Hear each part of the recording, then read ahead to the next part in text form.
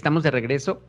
Este es el segundo segmento del programa de ahora que estamos dedicando a Yolanda Zamora, en específico en el libro Cada agosto la pila moderna. Y bueno, estábamos en la parte periodística, que el libro está lleno de datos. Las historias parecieran, o sea, yo no lo sé, parecieran que son historias reales. Lo que sí sé es que los personajes todos son reales. Las historias supongo que están escritas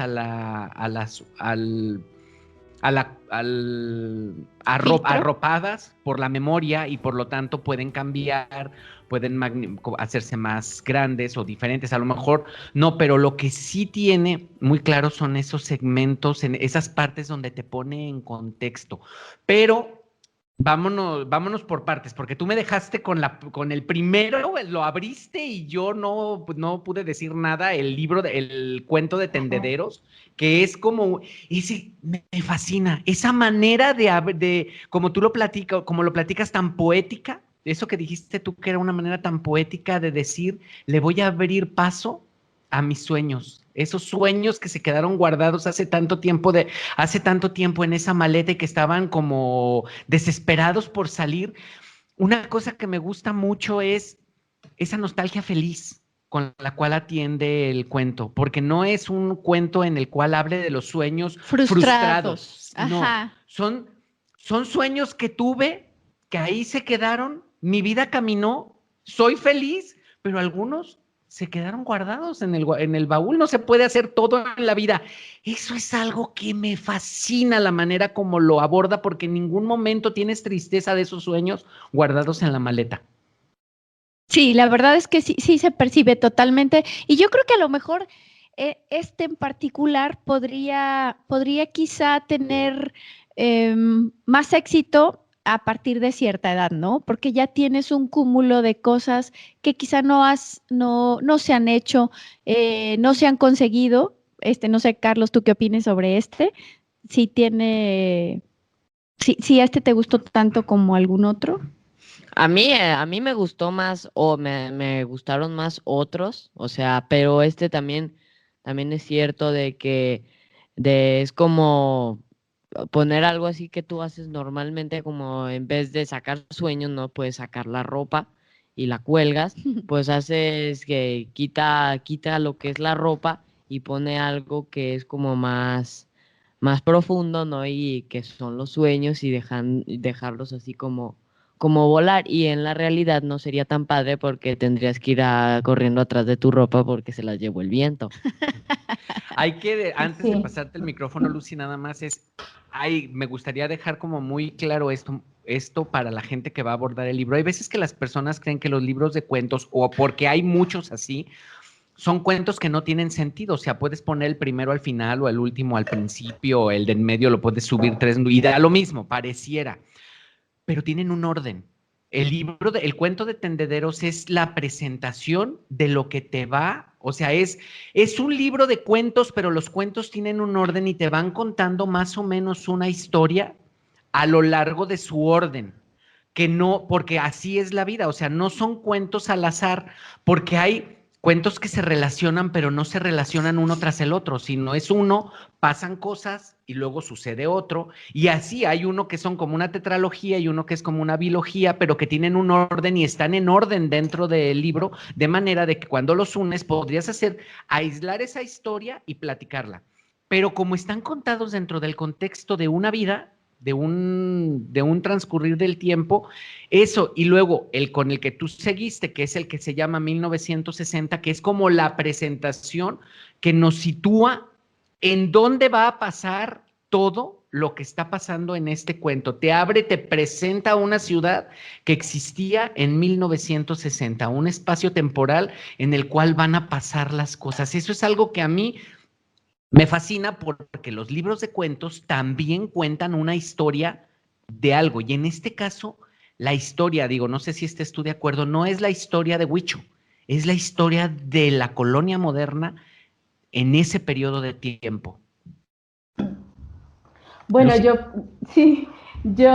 podría decir que sí tienes toda la razón, es la historia tal vez de la colonia moderna, vista a través o digamos de un eje concéntrico que es la pila moderna, pero vista a través de los ojos de su narrador, y su narrador es el personaje principal, en este caso es Huicho. Huicho es el hijo menor de la familia que yo en la introducción les dije que había venido desde Colima en los años 60 a esta ciudad de Guadalajara.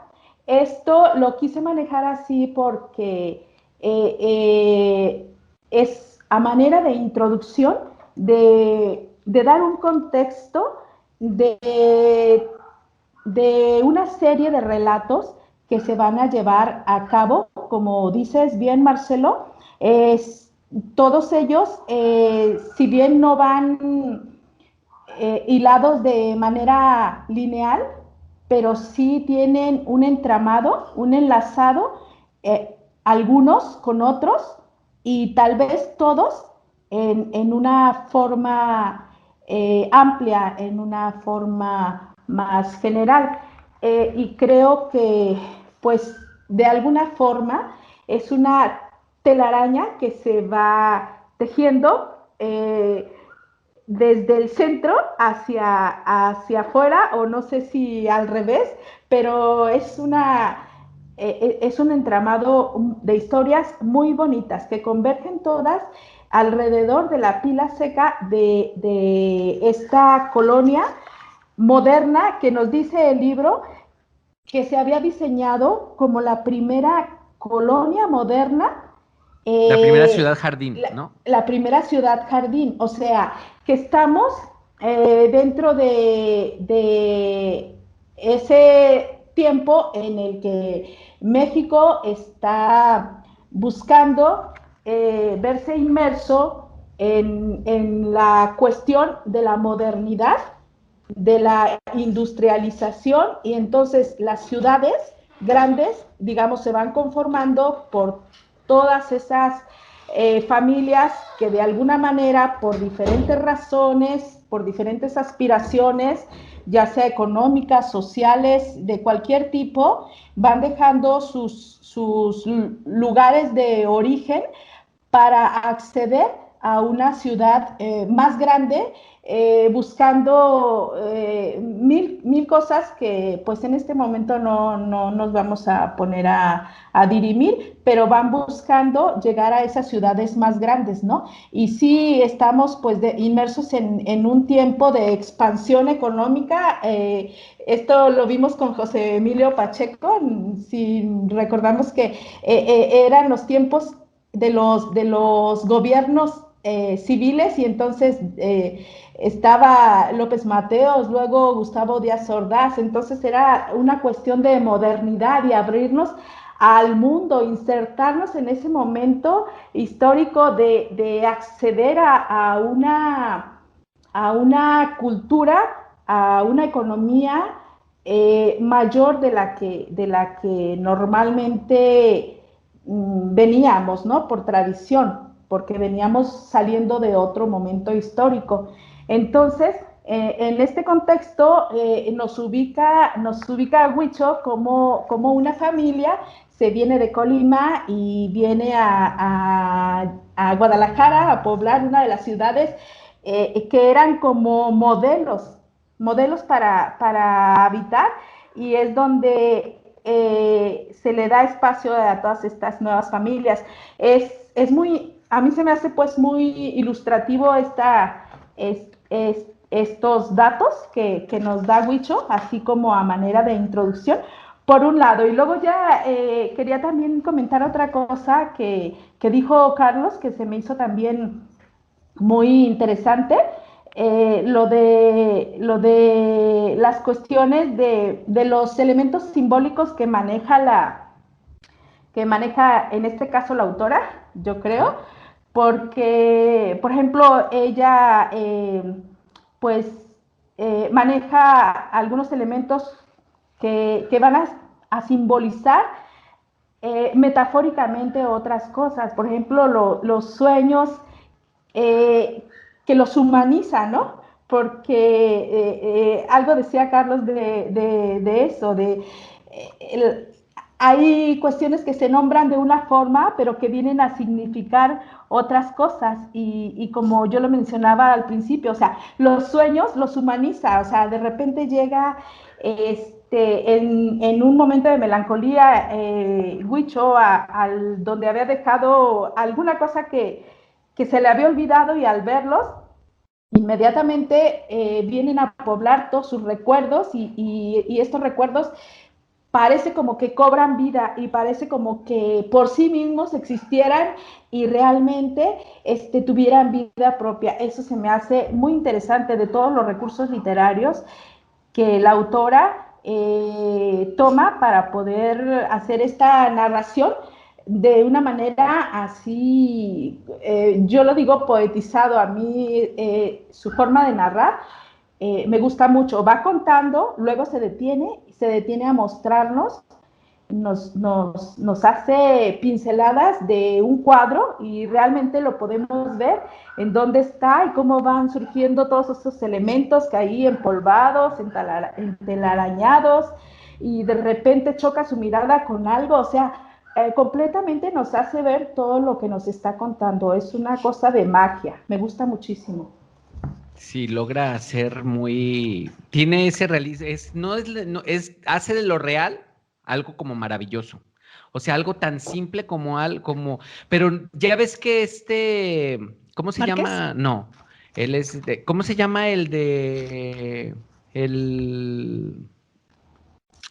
ay, se me fue completamente. Ya ves que habla de lo real maravilloso. García Márquez, ¿no? No es García Márquez, es el del avión. ¿Cómo se llama el libro ese que se lee de muchas formas? Tú dices Cortázar. Julio Cortázar. Cortázar, Julio Cortázar. Ya ves que él habla de lo real maravilloso, pero aquí el asunto es que sin tanta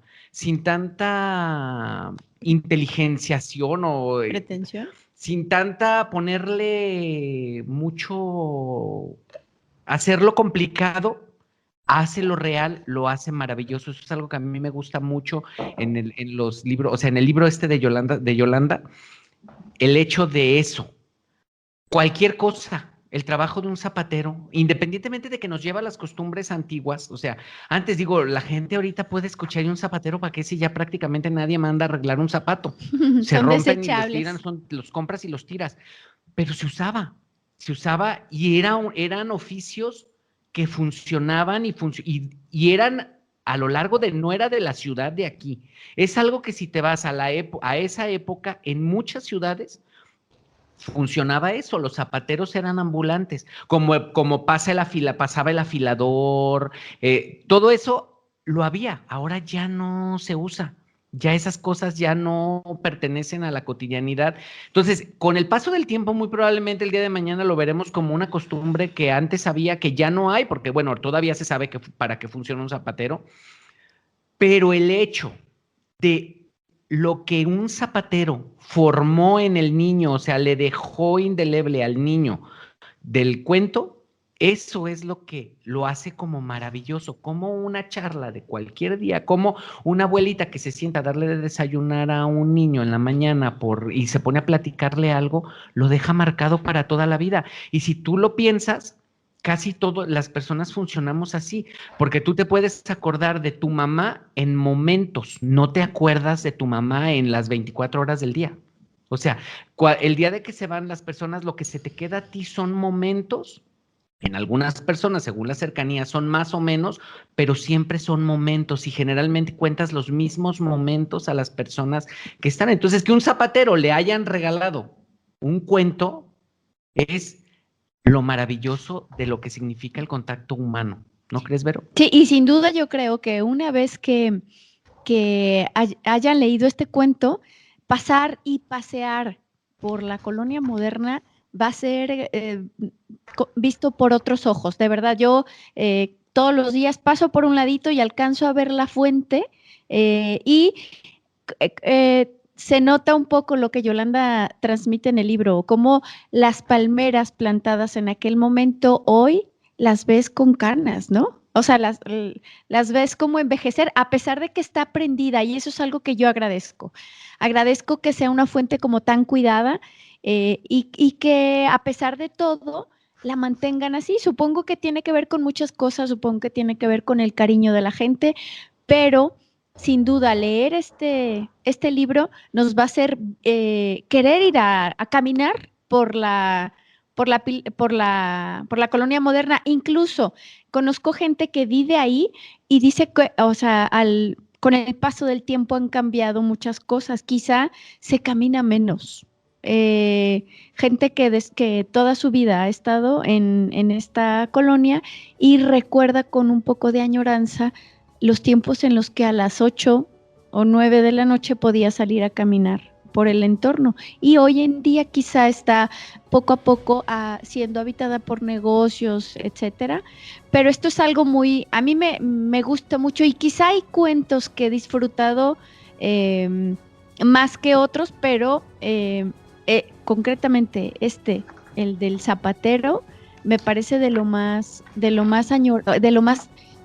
tierno, de lo más entrañable, descubrir justamente cómo la vida de uno puede formar parte de las historias de los otros, cómo se van entrelazando. Vamos a dejar este segmento aquí, vamos a ir a corte y regresamos.